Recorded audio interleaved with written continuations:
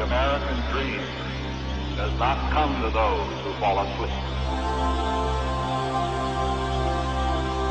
The American dream.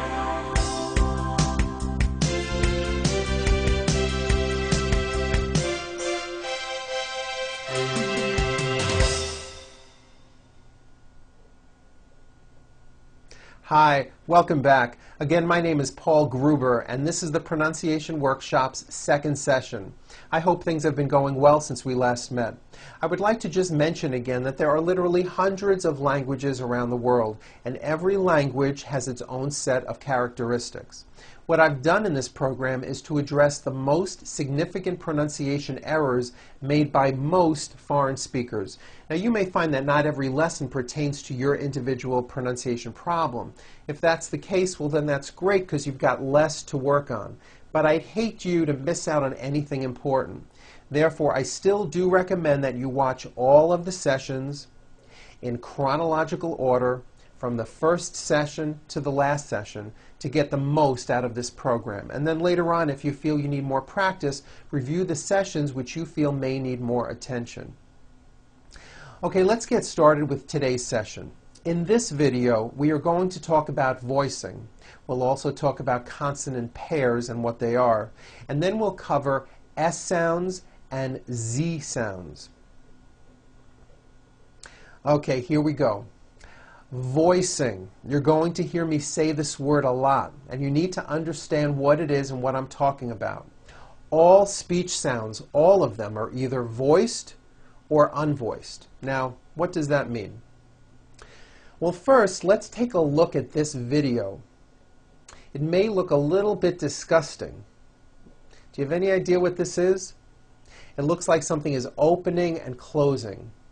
I'll give you a hint. You've got a pair of these and you use them when you speak. Any idea? Those were vocal cords. Vocal cords are those tiny muscles that are right here in your throat that vibrate quickly and create sound, and that sound is your voice. Now you can easily make your vocal cords vibrate by just saying ah. That's it. That's voicing. Voicing is when your vocal cords are vibrating, producing a sound. And you can feel the vibrations if you put your hand right here on your throat. Do this with me. Put your hand on your throat and nice and loud say, ah. Do you feel the vibration? Those are your vocal cords vibrating.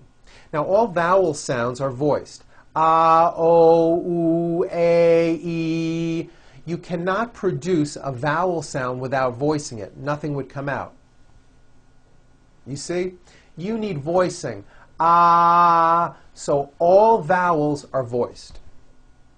Now, consonants are a completely different story. Some consonants are voiced and some consonants are not voiced. And many consonants are what we call paired. So let's talk about paired consonants. Let's look at the sound the letter P makes. P, p, p. That's the sound of the letter P. Are your vocal cords vibrating when you're saying the sound P, p, p, p? You feeling any vibrations in your throat? No, your vocal cords are not producing a sound. So therefore, the P sound is what we call unvoiced because there is no voicing. And this is the sign I'm going to make when there is no voicing. So now let's look at the same sound, the P sound, p, p, p, but this time we'll add voicing by vibrating our vocal cords. Now we won't change a thing with our mouths, we'll keep that the same, we'll just add voicing. So what happens to the P sound? P, p, p, p, b, b, b, b, b. It becomes a B sound. Watch again, P, no voicing, p, p, p, b, b, b, B voicing. B, b. You see that everything here stays the same. The only difference is my vocal cords are either vibrating or they're not vibrating. So we say the P sound and the B sound are paired consonants. They are produced exactly the same way here in your mouth, but the P sound has no voicing and the B sound, b, b, does have voicing. Okay, having said that, let's look at another set of consonants. How about the letter T? What sound does that make? T, t, t. Is that voiced or unvoiced? T, t, t. It's unvoiced. Your vocal cords are not vibrating. T, t. Now don't change a thing with your mouth. Just take the same sound and add voicing. What does that T sound become? T, t, d, d, d, d. Becomes a D sound. D, d, d. So we say that the T sound, t, t, and the D sound, d, d, are also paired consonants. Okay, now let's look at the F sound, where you're biting down on your lower lip. Is that a voiced sound or an unvoiced sound? It's unvoiced. Your vocal cords are not vibrating. Now, same sound, but this time we add voicing. V. It becomes a V. You see that? F, no voicing, V voicing. So the F and the V are also paired consonants. There are many more consonants that are paired, and we'll get to those at another time. But for now, I'm going to mention just one more. The S consonant, made with air going through your front teeth. S. Any voicing going on with the sound? S. No, the S sound is unvoiced. S. Now what would be, if you didn't change a thing, you just added voicing? What would the S sound become? S. Z. It would become a Z sound. Z. So S has no voicing. S. Z has voicing. Z. So we say the S sound and the Z sound are also paired consonants. And this brings us to what I'd like to cover today. S sounds, S, Z sounds, Z, and how they work in terms of word endings. I find that most people who learn English as a second language do not use the proper voicing on S and Z endings. And what happens is it can cause your speech to sound unclear and sometimes may cause you to be misunderstood. I'm going to show you 3 easy rules that will help you pronounce many of these words correctly. This first rule is easy, and this one I know you probably do already. Rule number 1. If the last sound in a word is unvoiced and you're adding an S, well then the S remains unvoiced too. Let me explain that. Take the word cup. Cup. It ends with an unvoiced P. P, p, cup. P, p. Well then if you add an S to the word cup to make it plural, the S you add also remains unvoiced. So, for example, you have 1 cup or 2 cups. There's no voicing at the end of that word. The S remains unvoiced. 1 cup, 2 cups. That's easy. You already do this. I'll show you another word. Cat. Cat ends with an unvoiced T. T, t. 1 cat, 2 cats. Again, the S ending is unvoiced. Cats. Now this also goes for verbs, like in the verb break. I break. Break ends with an unvoiced K sound. K, k. There's no voicing on that K. So when you put the word in the third person, he breaks, the S you add also remains unvoiced. He breaks. I stop ends with an unvoiced P. P, p. I stop. He stops. Unvoiced S. Stops. Now, as I said, you already follow this rule, and there really isn't anything new to know. But on rule number 2, now this one you probably do not do, so pay close attention to this rule. When adding an S to a word to make it plural, if a word ends with any of these sounds, S, Z, Sh, Ch, or J, as in judge, and don't worry, you really don't need to memorize this. It will become automatic. When you add an S ending, this time we always add the ending is with a voiced Z. Is. It doesn't matter that it's spelled with an S. It's never is, unvoiced, never. It's always is with a voiced Z. Okay, do this with me. Put your hand on your throat because I want you to feel the vibration in your neck and say is Feel that right here. Is. Okay, so let's look at the word page, for example, which ends in a voiced sound. One page becomes two pages with that voiced Z. Two pages. It's not two pages, unvoiced, no. It's two pages with a voiced Z. Even though you spell the word like this, in American English, you pronounce the word like this. Pages. You're probably saying, I never knew that. See what you're learning from me? Okay, let's look at another word. In the word bus, for example, bus ends with an S sound. S, bus. So if you make it plural, you're going to add the ending is with a voiced Z. So we've got one bus or two buses.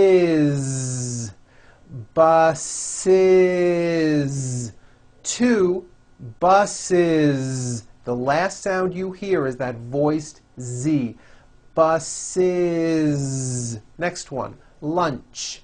Lunch ends with a CH sound. Ch. So we've got one lunch or two lunch is. Lunches. Very good. Let's do some verbs. Raise, meaning like to raise my hand. Now this word is a bit unusual because even though it is spelled with an S, it's pronounced with a voiced Z. Raise. So we say I raise with a voiced Z ending, and he raises. Raises. He raises his hand. It's voiced. Next one, brush, like to brush my teeth. I brush. He brushes. Brushes. It's a voiced ending. Push. I push. He pushes. He pushes. Very good. By voicing these endings, your speech will become clearer, sharper, and cleaner. Most likely you haven't noticed that American English is spoken this way, but now that I've pointed it out, listen for it when you hear people speak. To an American listener, this makes a very big difference. Okay, here comes the third rule. This one's easy. If a word ends with a vowel sound, all you do is add a voiced Z. It's simple. Let's look at the word tree. The last sound you hear in that word is the vowel E. And remember, a vowel is always voiced. So the word ends in a voiced sound. Tree. So what you want to do if you're going to add an S to a word like this to make it plural is you continue the voicing throughout the whole word and add on a voiced Z. So here we go. You've got one tree or two trees. It's not trees with an unvoiced S. It's trees with that voiced ending. You see that? Another example, the word day. It ends with the vowel sound A. So you have one day or two days. It's not days, unvoiced. It's days with a voiced Z ending. Next one, shoe. One shoe, two shoes.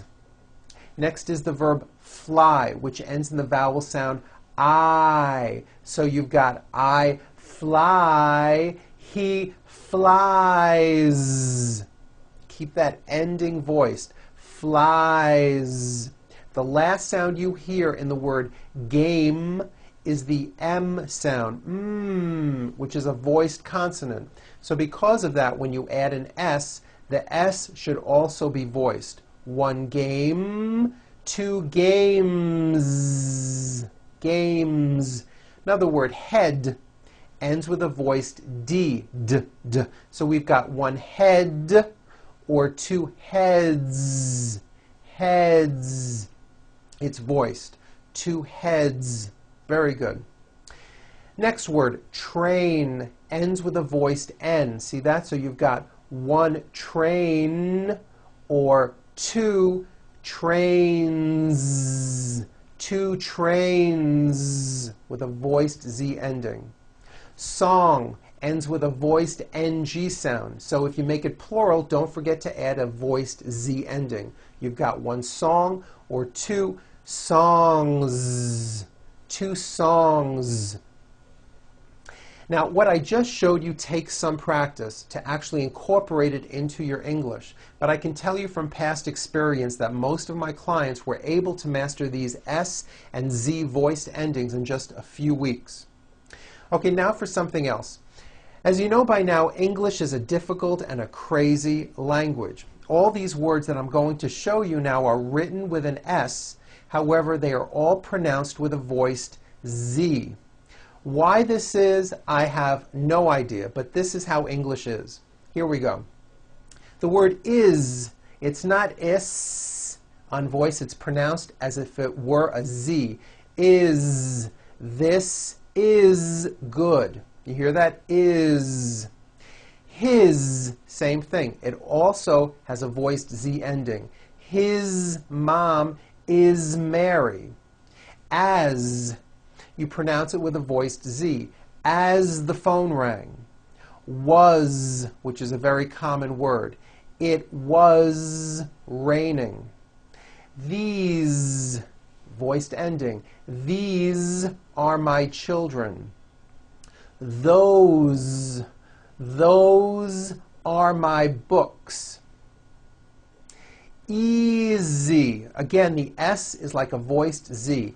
Easy. This is easy. Because, which is another common word, because we were late. Okay, now let's do some practice with reading passages. Each of these has many voiced and unvoiced S and Z sounds. All of the voiced Z sounds you will see are underlined. If you've printed out the training manual using a color printer, you'll notice that the voiced Z sounds are all printed in red. This will help you visually see which sounds should be voiced. I'm going to go slow and exaggerate the sounds. You may just want to listen to me first, then stop the video, practice on your own, and then later on watch this video again and practice it with me. Whatever feels right to you. Now this first one has many voiced Z sounds. Here we go.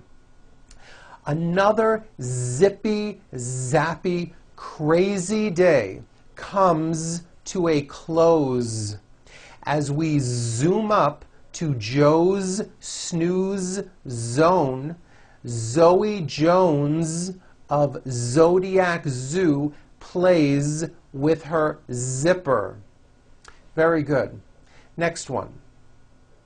Last week, Jim's brothers were picked to represent their country in the Olympic Games.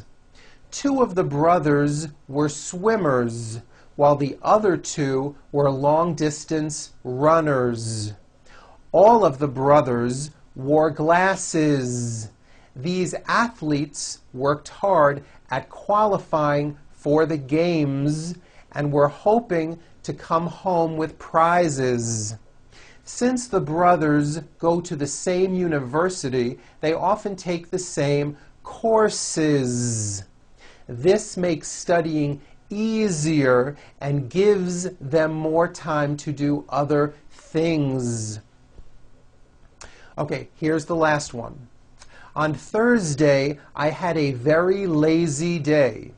I woke up early and first squeezed oranges into juice. I then got dressed and watched the sunrise come up over the mountains. It was so beautiful that I took many pictures with my camera and I used 3 rolls of film. After drinking 2 cups of coffee, I got dressed, left the house, and walked 3 miles home. Very good. Now another good way to practice these voiced S and Z endings is to do a naming activity. What you do is you just sit in your room and out loud name everything you see, first in the singular form and then in the plural form.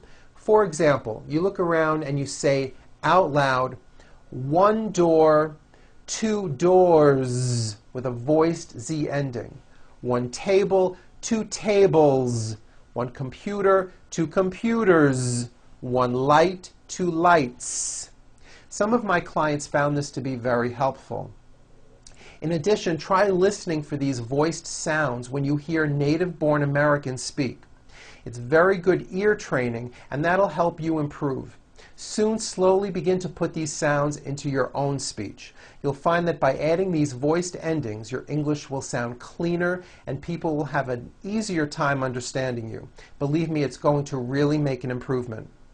Before we finish, I have one more suggestion that comes from clients who have taken this program. I think it's a really good idea.